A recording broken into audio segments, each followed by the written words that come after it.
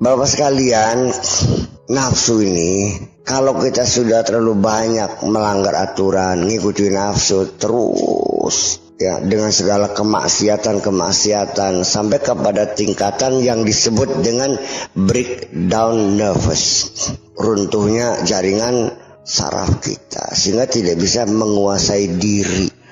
Begitu mengkalbak berbacok tidak mengendalikan. Itu jadi. Kalau kita tidak waspadai harus kebidasaan. Menurut saya enggak. Apalagi dari sisi kesehatan dengan kebanyakan narkoba, dengan minuman keras, dengan pelacur yang semuanya resikonya itu kematian untuk diri kita. Sampai kena penyakit AIDS dan sebagainya, kita juga sudah tidak bisa menguasai diri. Rasanya sudah tidak berfungsi. Orang kalau sudah seperti itu, maka status dia sudah menjadi setan manusia. Dari tadinya kita dari awal sih semua kejahatan kita lakukan dengan kesadaran, kadang-kadang muncul penyesalan, melakukan lagi penyesalan lagi, lama-lama nggak nyesal, ngerti boleh? Seusia beli nyesal, ya beli merasa salah, berkembang lagi, bangga dengan dosa-dosa, berkembang lagi ngajak-ngajak setan itu kan. Yang ngajak kamu mencuri adalah setan manusia. Lah makanya kita memang selagi kita masih maju masih bagus ini nih. Jangan terus dia mepet terus sampai akhirnya kita dilumatkan pada penghujungnya. Itulah letak perjuangan kita dan ini yang disebut jihadul akbar.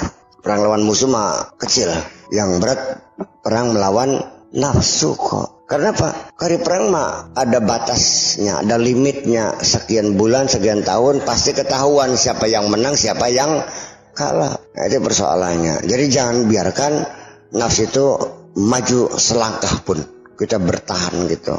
Untuk mengokohkan jiwa kita bisa dengan cara apa saja. Memperbanyak zikir, memperbanyak sholat, bangun tengah malam, menyantuni anak-anak jalanan, menyayangi anak-anak yatim, banyak sedekah, menggempur kebakilan kita. Itu juga semuanya belajar. Nggak mungkin kalau belajar tuh ya jangan menunggu ujung-ujung jazab, nggak usah. Saya kira dengan kedermawanan, dengan belajar membaca, menulis, apalagi sholat tengah malam. Sebab Nabi Muhammad juga untuk mendapatkan satu ketenangan juga disuruh bangun tengah malam. Karena biasanya al-waridatul ilahiyah itu juga biasanya datangnya di tengah malam. Makanya Allah berfirman, ya ayyuhal muzammil qumil laila illa qalila.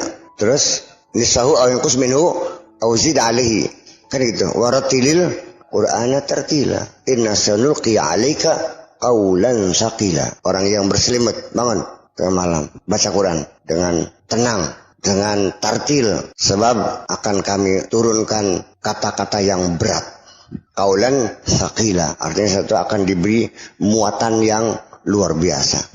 Itu dan biasa datangnya tengah malam. Makanya pengajian-pengajian spiritual itu kalau siang tuh nggak efektif. Yang efektif itu setelah jam 12 malam biasanya. Makin malam tuh makin merasuk biasanya. Kanjeng Nabi juga Darul Arqam itu juga di tengah malam, bukan di siang hari. Itu. Dan malam itu ketika mereka sudah dalam tidur, dan biasanya kan pada bangun malam, sholat lail dulu, sholat tahajud dulu kan gitu. Nah menjelang subuh di situ majelis taklim digelar, ya kan gitu. Selesai langsung sholat subuh, itu pencerahan yang luar biasa. Ada yang pernah ngalami gitu nggak? Pernah mencoba belum?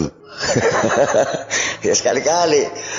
Ada lagi di ayat yang lain, kumilanis angkus kalina wa fatahajjad nafilatan laka. Salat bertahajud, ya artinya ya dua-duanya, ya salat tahajud, setelah itu baca Al-Quran, renungan, dan ketika baca Al-Quran punten karena kita ini bukan orang Arab, mungkin nggak ngerti maknanya, nggak ada masalah bagi saya, baca aja terjemahannya. Ya, minimal dari terjemah itu remeng-remeng kira-kira maknanya seperti itulah gitu.